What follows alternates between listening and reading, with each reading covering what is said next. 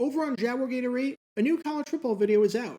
In this video, we talk about the 1979 Peach Bowl and how the people running the game screwed over a high school marching band by making their trip to the game a living nightmare. Click the card in the upper right corner to watch. And join me tomorrow night on Twitch at 9 p.m. Eastern, where we'll play NFL Trivia for cash prizes. Link to play below.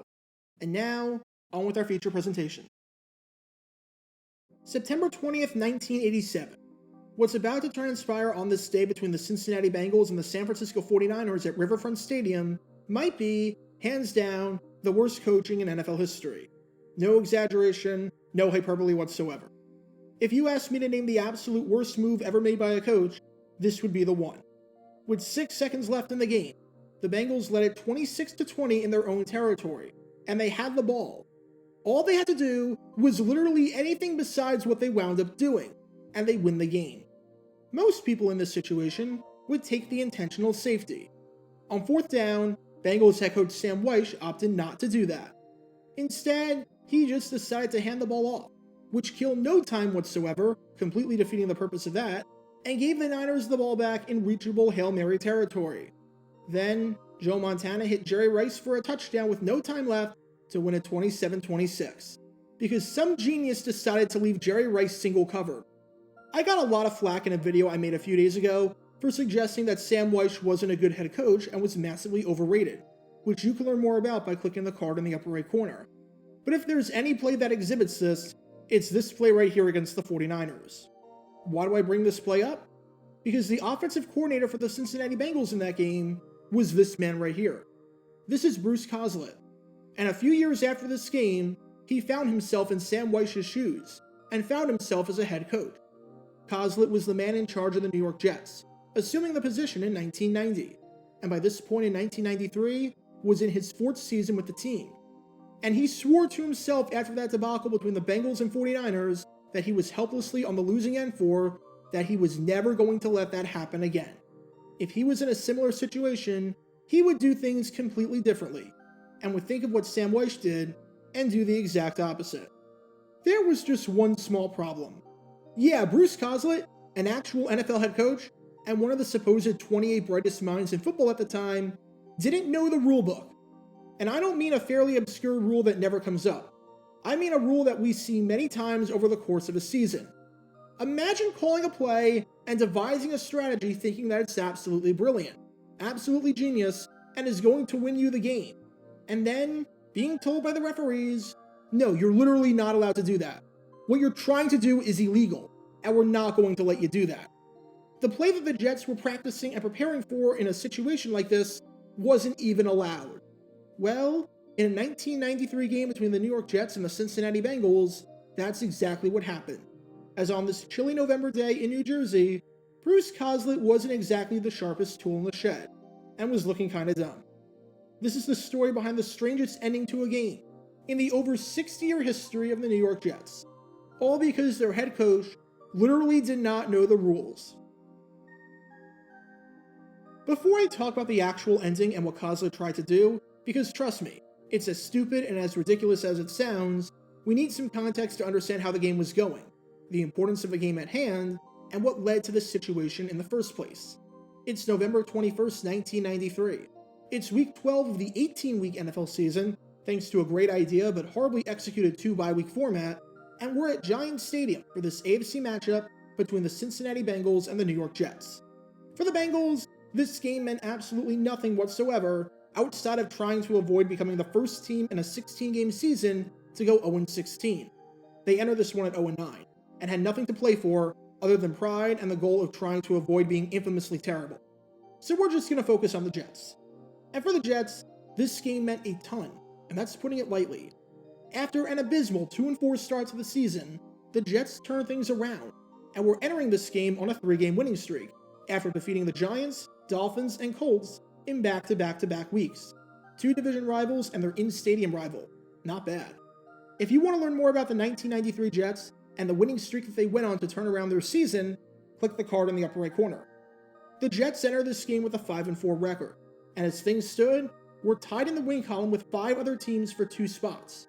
If the Jets didn't win this game, which was by far the easiest game on the schedule and was as close to a lock as possible, as it was against the team with the worst record in football, then they would be in serious trouble, and they would have an uphill climb to make it to the postseason, and that's putting it mildly. But they should be able to handle the Bengals with ease, right? After all, the Jets have a ton of momentum. They're playing well, and they enter this game as whopping 15.5-point favorites. Back in 1993, there was no 2-point conversion, so the Jets were favored by 3 possessions, which is just insane to think about, as it was one of the largest spreads in franchise history. So this game should be a cakewalk, and for the most part, that was the case, however ugly as this game may have been.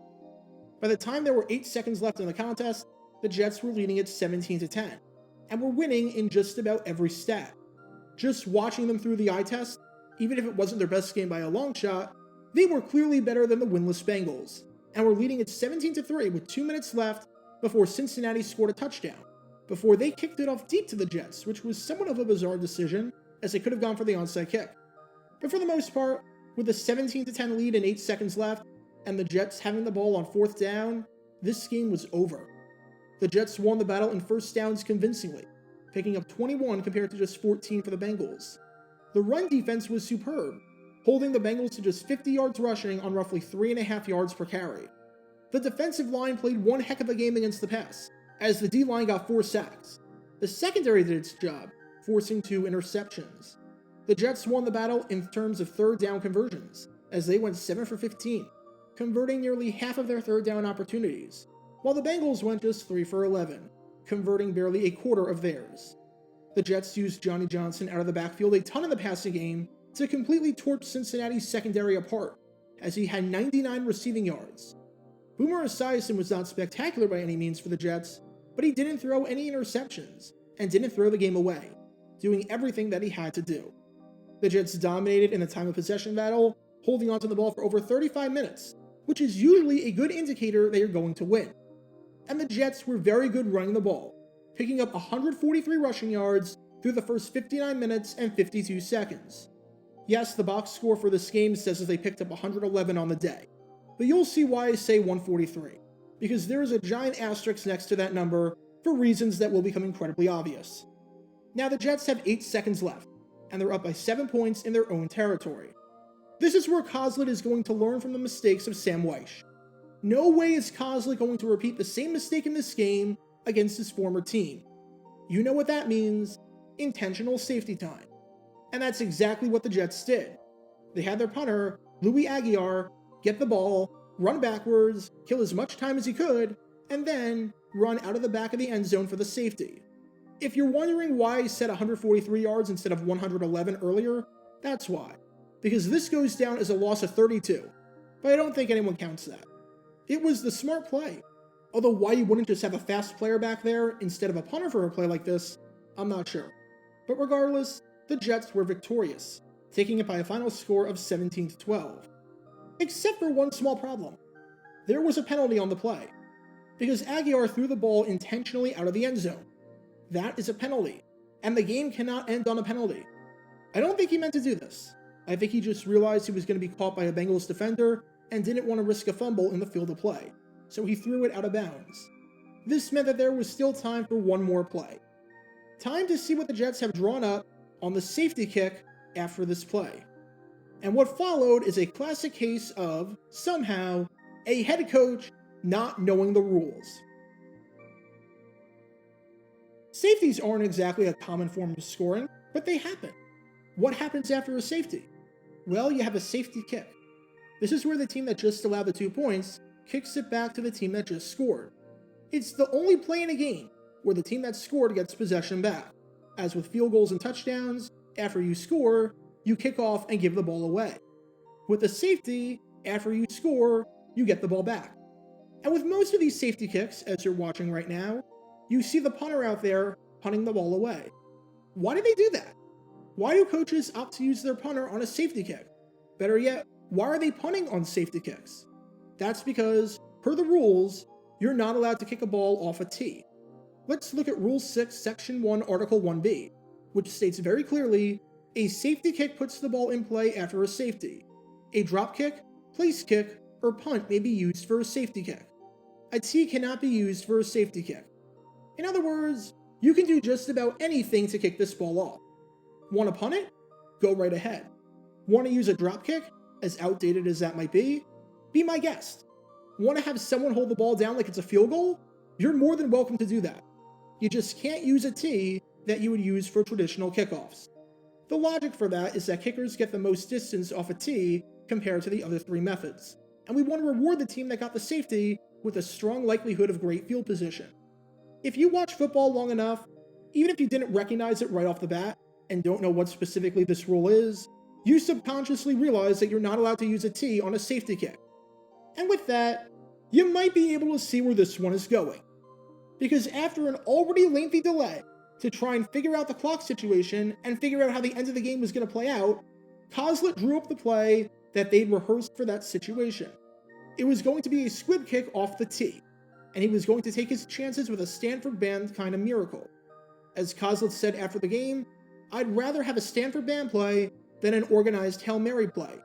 And that was the thinking why I did not want to punt it, or have an organized punt return.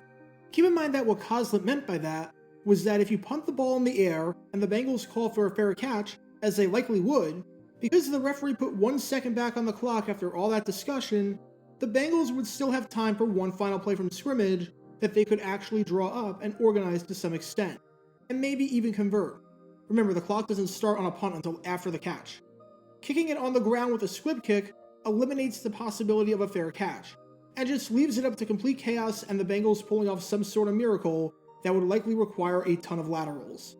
So after all of that, Coslet sends the special teams unit out there for this final play, and has Louis Aguiar place the ball down on a tee. Oh, come on, are you kidding me? The referee looks down, wonders what the heck is going on, picks up the ball from the tee, probably saying, "You can't do that," and Coslet is so upset, furious, and confused about this that in order to avoid a delay of game penalty because his grand plan was ruined, he calls a timeout. And when he calls a timeout, and the announcers realize that this slugfest of a game is going to be prolonged just a little bit longer, and when they realize that the Jets called the timeout because they didn't know the rules, they were hysterical. Prepare yourself for some of the funniest commentary in your life. Oh, and no, come on. Bruce Coslet is calling a timeout to regroup. Oh, come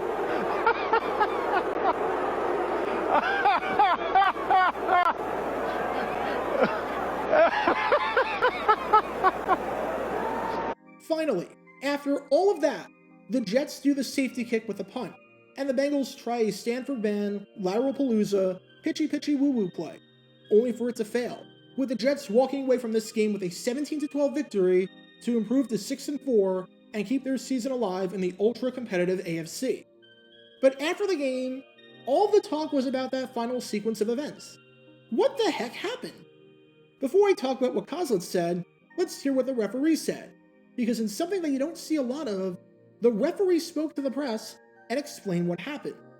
Referee Larry Nemmers, who had been in the league since 1985 and worked all the way until 2007, said on the play at the end, "Our field judge told Coslet that he could put the ball on the ground or hold to kick it, but he could not use a tee.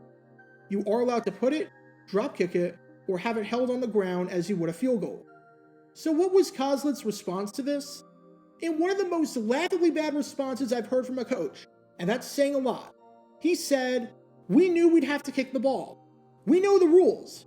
We knew we couldn't kick it from a tee." Wait a sec. You knew you couldn't kick it from a tee? Let's rewind the footage. Is that not a tee? Are my eyes deceiving me? Is that object on the field not a tee? No, my eyes are definitely correct.